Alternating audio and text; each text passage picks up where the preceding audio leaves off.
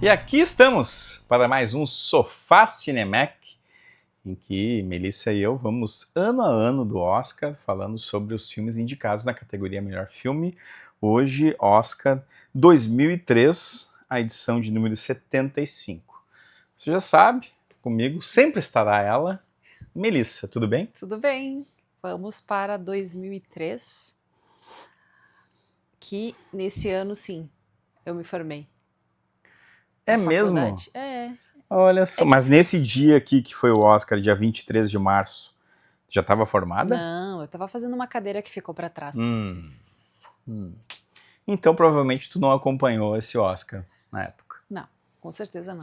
Eu nem estava interessada nesse Oscar. Esse Oscar também aconteceu no domingo e a cerimônia foi lá no Kodak Theater, né? Segunda vez. Edição de número 75, Los Angeles. Eu lembro que nessa época aqui eu estava no curso de História, estava bem, fazendo muitas coisas de cinema, assim, pesquisando muita coisa de cinema. Os professores pediam trabalho sobre história, não sei do que, eu ia, puxava o cinema lá e já fazia, né? E aí é aquilo, né? A gente vai conectando as coisas, nossas paixões, né? E aí a paixão aqui pelo cinema começou a fazer cada vez mais parte dos meus estudos, né? E esse ano, 5 indicados. E vamos começar pelo que venceu. Uhum. Se a edição anterior lá, né, no, que a gente fez próxima do Natal, né? Essa aqui é próxima do Ano Novo. Esse é o último vídeo, o último programa, o último vídeo do ano de 2025. Para 2026 vai ter uma mudança aí na periodicidade, né, do quadro, né? Ele não vai ser mais semanal, a gente vai fazer, né, quinzenal a partir de uma certa data. Vamos tirar um recesso aí também, né? Porque depois as premiações elas vão aumentar o número de filmes, né? E a gente vai ter que ter um pouco mais de tempo também, né, para Agora assistir. ainda são 5 filmes, né? Depois vai mudar para 10. 5 tá bem suave. Tá ótimo. Agora, depois quando fica 10, né, daí precisa um pouco mais de tempo, né, Sim. para assistir tudo e preparar o material. Então a gente vai mudar a partir do próximo ano, né? Mas teremos outros quadros no canal, enfim. Né, não se esqueça de se inscrever, de seguir, de compartilhar, né, também seguir lá no Instagram, @cinemac ou Mel Prade. né, E deixar comentário nos vídeos com o teu filme preferido. porque daí assim, para ficar atento a tudo que o canal vai produzir aí de conteúdo, né? Sempre conteúdo pensando no cinema de qualidade, né? Mas se na edição da semana passada a gente falou do Moulin Rouge, que era um musical, né? Um musical bastante vanguardista para o século XXI, né? A edição desse ano, o vencedor foi justamente um musical. Vê só. Que é Chicago. Tá aqui, Chicago, dirigido pelo Rob Marshall. Também tenho a trilha sonora, que eu comprei numa locadora que estava vendendo a Espaço Vídeo aqui de Santa Maria. Né? Tá aqui, bem cuidado, viu, pessoal, aqui. Né? E eu escutei algumas vezes a trilha, eu gosto de algumas músicas, né? Faz muita referência ao Alta Jazz, né? O Show Deve Continuar, que é aquele outro filme que a gente comentou lá no início dos anos 80, né? E, bom, Chicago, ele mistura crime, glamour, ambição na Chicago dos anos 20, né? Conta a história de duas mulheres que buscam fama e liberdade através do tribunal, em meio a muito jazz, dança e também manipulação da mídia, né? E aí, justamente, né, esse trio aqui, né, que é a Catherine Zeta-Jones, a Renée Zellweger e o Richard Gere, né? Esses são a tríade, né? Mas tem a Roxy Hart, né? Que é feita justamente pela a Renée Zellweger, né? A Roxy, tem a música inclusive, Sim. né? E ela tinha aquela imagem da figura da Velma Kelly, né? Que era justamente a Catherine Zeta-Jones, né? Tinha essa inspiração nesse universo do vaudeville, né? E além do elenco que eu citei, tem a Queen Latifah e o John C. Reilly, né, também aí com papéis de destaque e com músicas ao longo do filme, né? Muitas músicas. Muitas músicas. Eu gosto, mas confesso que já gostei mais e cada vez que eu assisto eu gosto menos.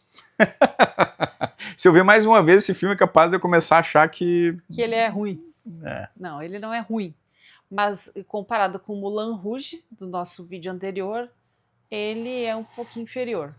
E eu acho que tem música demais, é quase que todo cantado. Pra mim, ele é quase todo cantado. Diferente do Moulin Rouge. Se é que dá pra fazer um comparativo. Eu faço comparativos. Então, eu acho que ele... porque como tem a parte, o advogado, o que acontece? Acontece em crimes, né? Porque essas duas mulheres, elas são artistas, né? Uma tem um sonho de ser artista e a outra já é. E uma tá presa porque matou o marido. E a irmã. Isso. E matou o marido e a eles irmã. tinham um caso, né? Vamos combinar, né? Depois, né?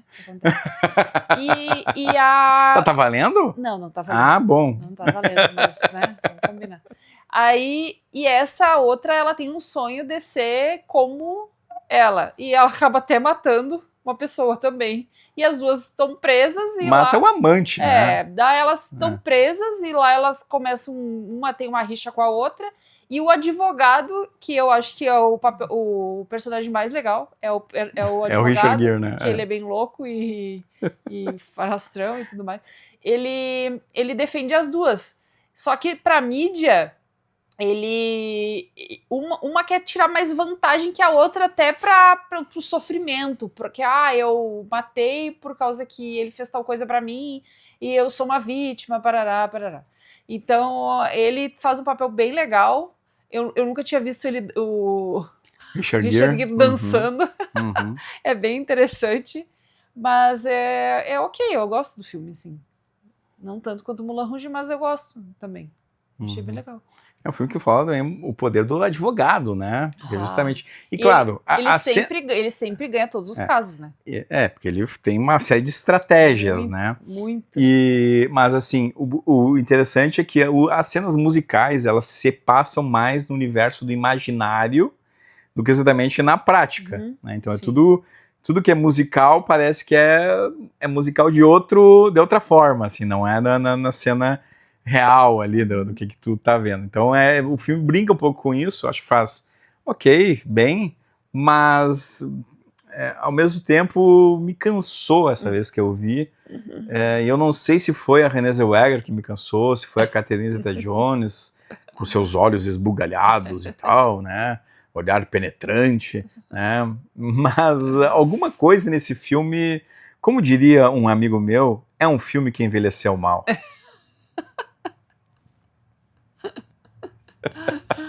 Ai, meu Deus. A referência, quem pegou.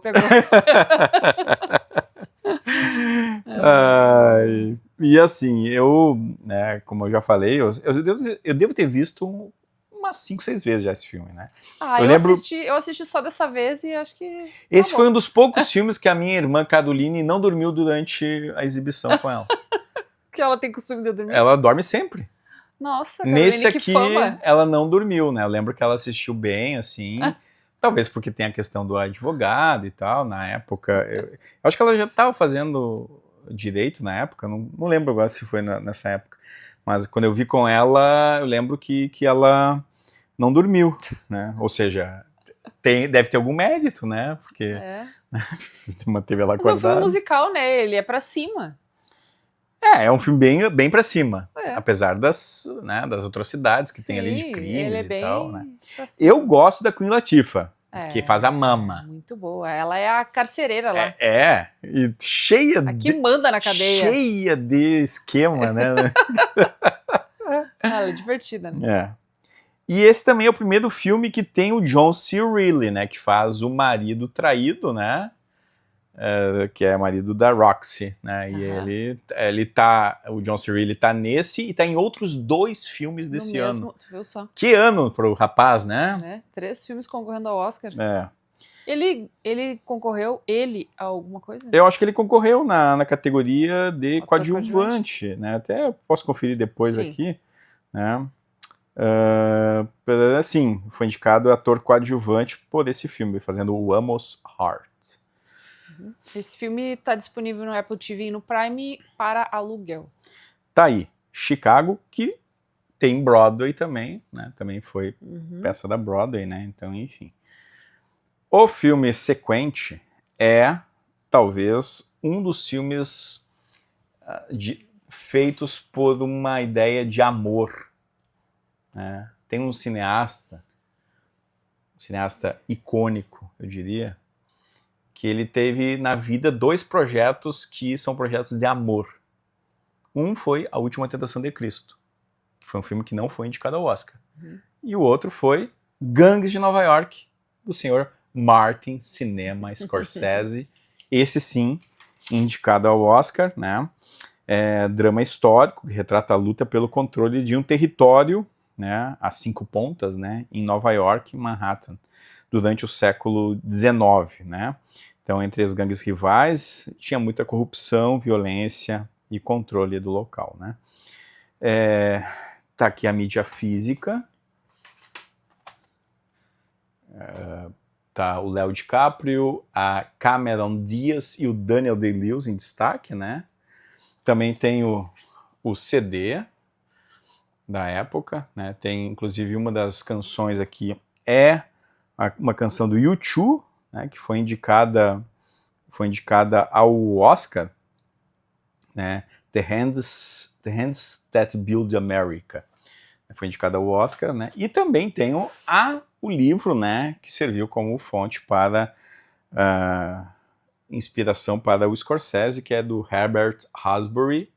Tá aqui, prefácio de Jorge Luis Borges. Vejam só. E aí tem inclusive aqui os 5 pontos em 1829, né? Tem algumas gravuras da época. Não sei se vai dar para ver direito. Mas eu lembro que é um livro que eu li na época, assim, gostei muito. Fez com que eu entendesse mais essa história de Nova York, que é uma cidade que, enfim, né? É uma cidade que passam muitas etnias, né? E o filme trabalha sobre isso também, tá? E o Gangues de Nova York, tu já tinha assistido antes? Já tinha assistido. Ah. Nem sei quanto tempo atrás. E de que forma tu chegou a esse filme, na época? Olha, na época eu tinha acesso, ou era alugando em locadora, ou se passou na televisão. Cinema eu não assisti no cinema, com certeza não. Então eu não me recordo exatamente. Mas é um filme potente, assim, né? E sangrento. E violento.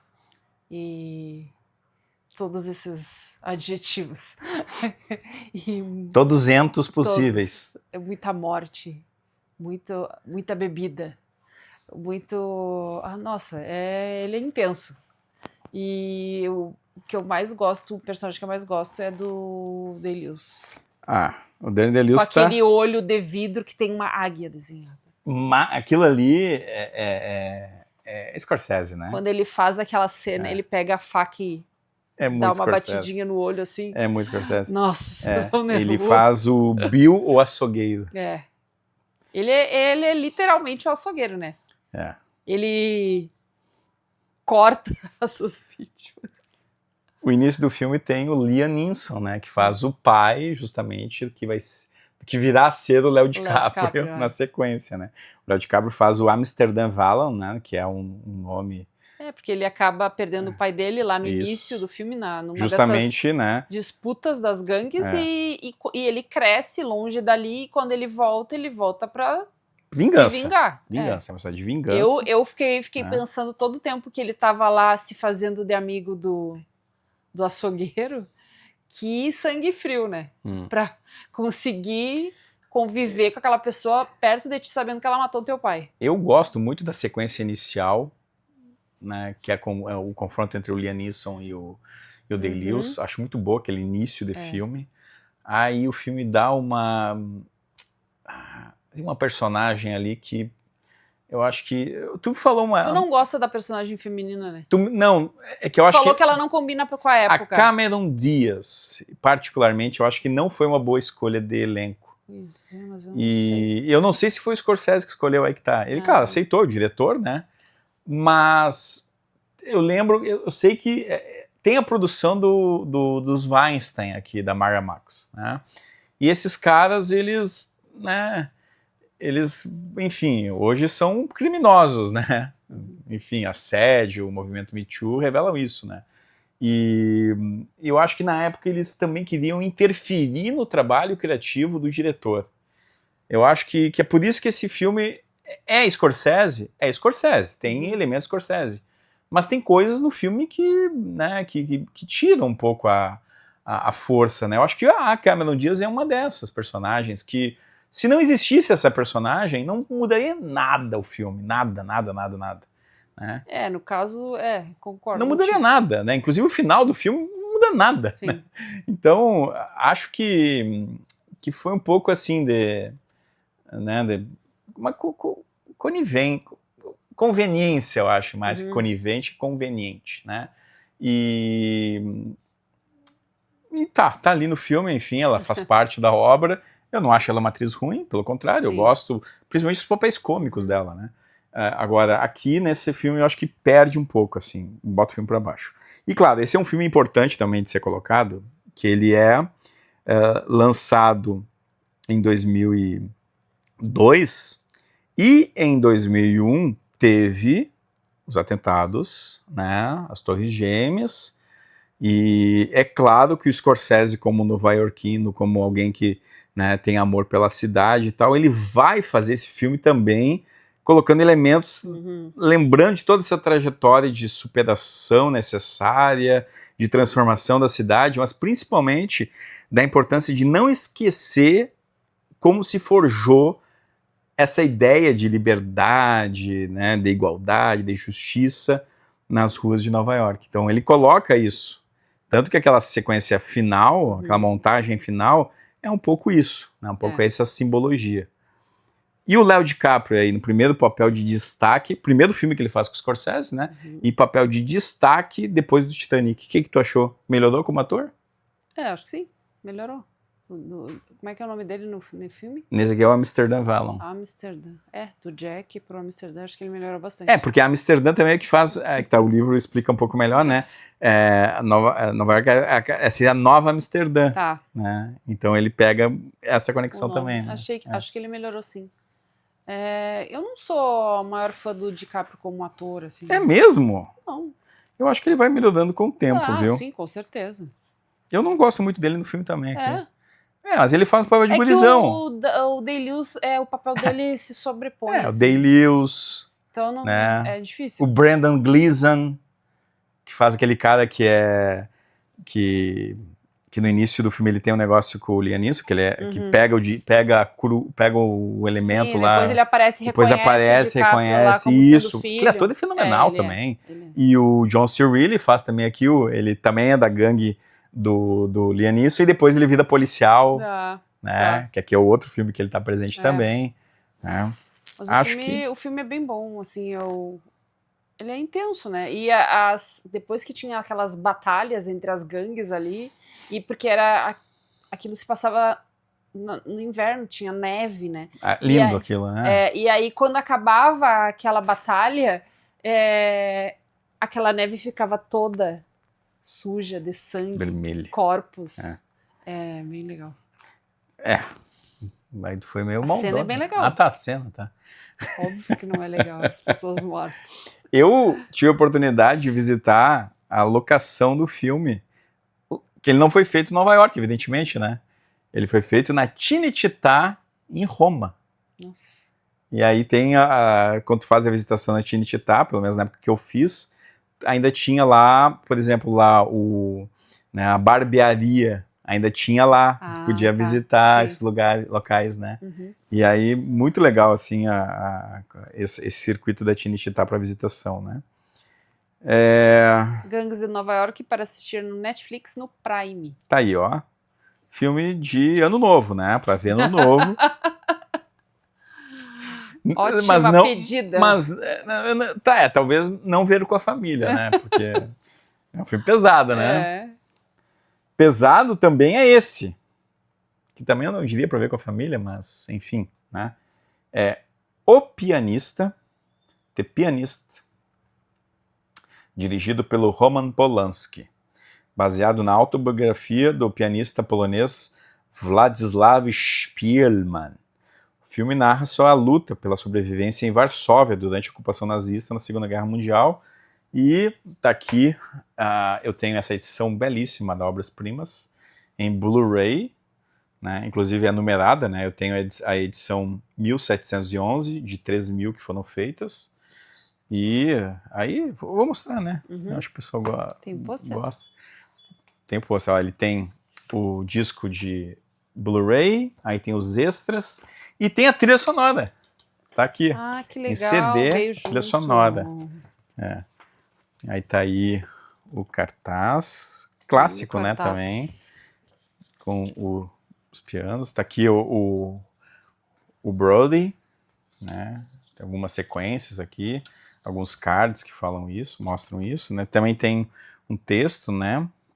Eu acabei não pesquisando, né, se o Brody, ele aprendeu a tocar piano, né, mas enfim, eu acho que a atuação dele é bem forte, assim, para esse filme. Aqui também está o livro, né, que originou o filme. O filme ganhou o Festival de Cannes, né, ganhou o Palma de Ouro do Festival de Cannes. Tá aqui, talvez seja o filme definitivo sobre o gueto de Varsóvia.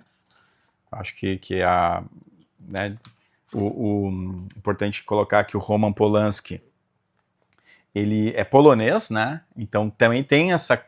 Se o Scorsese tinha a questão ali com Nova York, o Polanski tem aqui a questão com a Polônia, com as questões da guerra, né? Então também é uma coisa muito pessoal, assim. E o Adrien Brody faz um papel, assim, que é poderoso, né? O filme, né? Tu fica com ele o filme todo. O filme todo tu tá com ele, né? E tem algumas sequências que são incríveis, assim mesmo, né? A recriação daquele negócio, quando ele se separa da família, né? Porque a família é levada para o campo de concentração, e aí, né, quis lá um judeu que estava colaborando, né? que sabia que ele era músico. Conseguiu tirar ele de lá, tirou de lá e mandou esconder e salvou a vida do cara no fim das contas, né? E esse filme é longo, mas tem um propósito de ser longo. Esse eu entendi. Por que ele é longo? Porque tu fica aflito o tempo inteiro, porque ele fica se escondendo, mudando de lugar, como, né, todo aquele tempo de guerra ali, 5, 6 anos que foram, ele tem que ficar mudando de lugar, porque aquelas casas, aqueles prédios eram revistados o tempo inteiro, tinha alemães espalhados e guardas espalhados o tempo inteiro por todas as ruas, então ele ficava mudando de lugar com a ajuda de algumas pessoas, que todo esse tempo ajudaram ele, por anos, né, e então tu fica aflito, tu fica pensando assim, nossa, quando é que ele vai conseguir sair daquele lugar, quando é que ele vai conseguir se libertar daquela prisão que ele não tinha culpa de nada, é uma prisão involuntária. Então ele ficava preso por dias, semanas dentro de um quarto, com pouca comida, até outras pessoas irem lá ajudar ele. Então aquele tempo vai passando, se arrastando, e a gente fica pensando assim, nossa, né, quando é que ele vai conseguir sair dali? Então aquele tempo do filme tem aquele propósito, que eu compreendi dessa forma. Então, nossa, o filme é pesadíssimo, tem muita morte, assim, que tu vê, assim, as pessoas sendo executadas, é complicado. A gente já viu vários filmes sobre Segunda Guerra, Holocausto, e cada vez que tu olha, tu fica imaginando, nossa, como que aconteceu aquilo? E o mundo não está livre disso. Isso também é assustador. E agora, por exemplo, né, os próprios israelenses que foram perseguidos são os que perseguem. Então tu vê que o negócio é complicado, né? É complicado, é triste e, né, e é complexo também de entender muitas das questões que são colocadas, mas a gente tem que lembrar disso, né? exemplos como esse do Holocausto já aconteceram e hoje acontecem. Então, quem antes era perseguido, hoje persegue. Uhum. Então, é algo triste demais. E para mudar um pouquinho o foco, mas falando sobre ele, o pianista, ele era um pianista e quando ele ficou escondido todos esses anos, tentando fugir de ser levado para os campos, teve um local que ele ficou que tinha um piano. E a pessoa que deixou ele nesse local falou assim, ó, faça o mínimo, eu lembro dessa cena, faça o mínimo de barulho possível, porque ninguém sabia que ele estava ali naquele apartamento.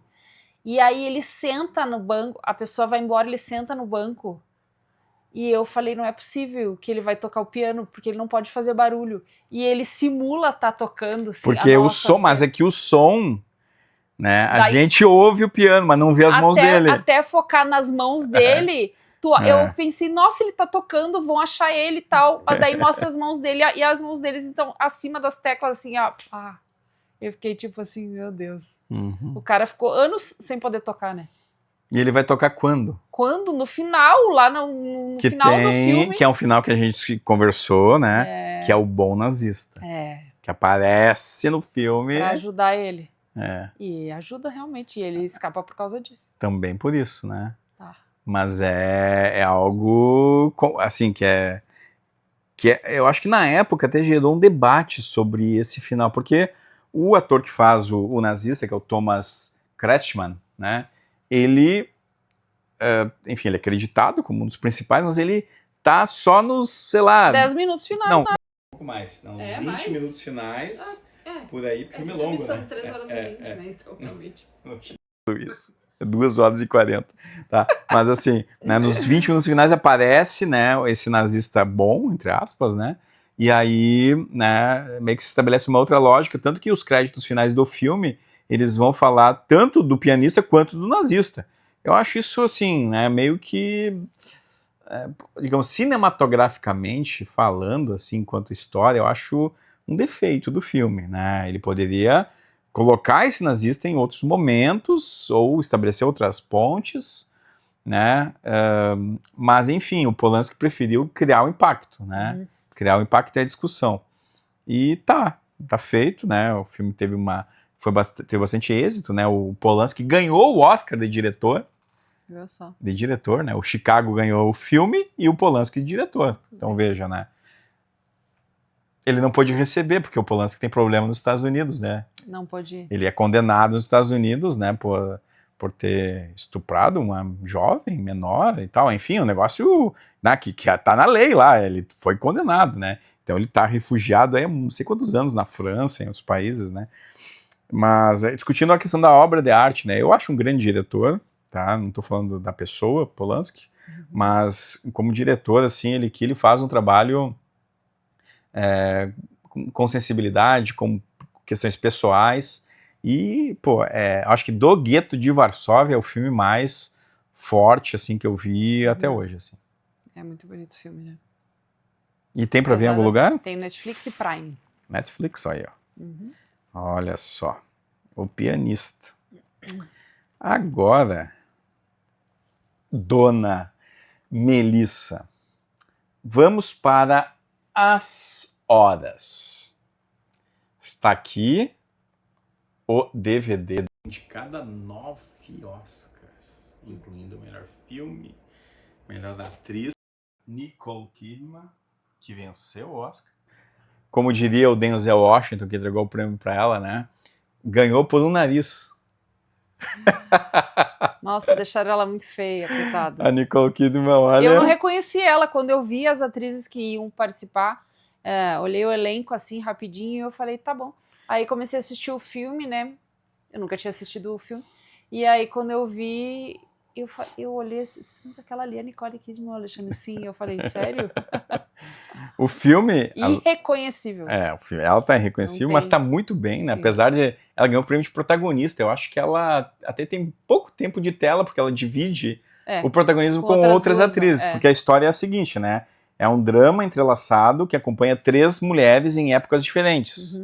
No caso, a Nicole Kidman faz a Virginia Woolf, que é a autora do romance Miss Dalloway, que escreveu ali na década de 1920 e poucos. Na década de 50, nós temos a Julianne Moore, que é uma mulher dona de casa, que tem um filho, e que, enfim, o marido dela é o John C. Reilly no filme, né? Mais um filme com ele aqui. E ela está lendo o romance Miss Dalloway, e nos anos 2000, 2001, a Meryl Streep faz alguém que está vivendo o que a personagem Miss Dalloway viveu. Né? E aí tem uma série de conexões do filme, eu acho que ele é muito bem montado, trabalha com temas de depressão, identidade, impacto da literatura na vida. Eu acho que é um filme belíssimo, assim, e baseado nesse romance lindo também do Michael Cunningham, que eu li na época, e talvez seja um dos grandes livros, assim, do século XXI, e eu acho que vale muito a pena, né, ler esse livro também. Bom, você gostou das Horas ou... Não é o meu filme preferido Olha desse só. Oscar. Achei interessante e um pouco confuso, assim, de início, eu nunca tinha assistido, para conseguir entender as conexões ali sobre que tudo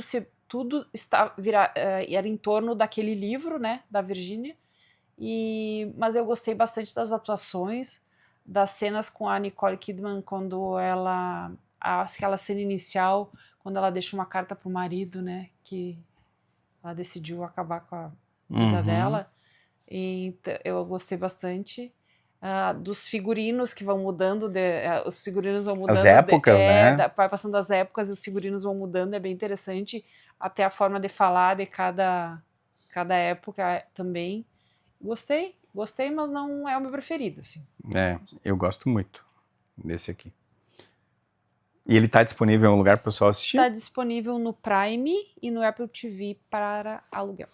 Vale a pena, né? Até para conhecer um pouco mais depois. O filme ele abre uma janela para tu conhecer mais sobre a Virginia Woolf, né? Ver lá tanto esse romance dela aí, quanto o Alfarol, né? o Orlando, né? Outros livros dela, assim, acho que vale a pena, assim, por esse amor à literatura também. Né? E a vida triste que ela teve, assim, no fim das contas, né? Bom, e fechando, ele novamente. O Senhor dos Anéis, As Duas Torres, The Lord of the Rings, The Two Towers. Né? E o curioso, até eu lembro que na época, né, As Duas Torres, veja, né, 2002 o filme, né, o filme traz esse título, Oscar 2003, né, mas em 2002, 2001, A Queda das Duas Torres, as Torres Gêmeas, né? Mas claro que não tem relação nenhuma, porque afinal de contas aqui estamos falando, né, justamente do livro, né, do Tolkien, As Duas Torres, está aqui a parte 2, tá? E também tenho tanto a versão de cinema, aqui, vencedor de 2 Oscars, edição de som e efeitos visuais, né? E também, claro, a versão estendida, foi a que a Melissa quis ver, né? Ela falou, não, a gente viu a primeira versão estendida, esse vai ter que ser também. A Melissa quis ver. Tem quase 4 horas essa edição, né? Esse a gente assistiu em várias partes, com vários baldes de pipoca. É muita pipoca, né? Então, a continuação da jornada de Frodo e seus amigos, agora separados, né? Eles estão separados, lá no fim do primeiro eles se separam e tal. Enfrentando novos perigos na Terra-média, batalhas épicas, alianças inesperadas, a luta contra o mal, a questão para chegar ao lugar para destruir um anel. E aqui tu tem mais tempo de tela para o personagem Gollum ou Sméagol. Aqui ele tem aqueles conflitos de consciência, né, que ele apresenta ali, que eu acho incrível. Que ele fala com ele mesmo, o lado bom dele, o Gollum falando com o Sméagol. Aquela cena com aquele... bem engraçado, muito interessante, bom. Né? O Andy Serkis é o ator que faz a captura do movimento, né? E faz de uma forma incrível, assim. Tanto que na época eu lembro que cogitaram indicação ao Oscar pra ele, né? Sim. Mas enfim, é muito efeito visual, né? Daí seria um pouco polêmico. Assim, aí vai até onde vai o poder da atuação, né? Aquele efeito visual que ali. Ele faz a voz também. Ok. Não, mas é que não é ele ali, né? Bom. Aí é a Mas tudo discussão. bem, não foi Não foi indicado, mas tá, ganhou efeitos visuais e Sim, som. sim. Né? Efeitos visuais desses filmes do Senhor dos Anéis Tu gostou desse? Eu gostei mais do primeiro. Ah, eu também. O primeiro, o Eu, segundo. eu te falei qual o problema desse aqui, né? Tu me falou, não lembro.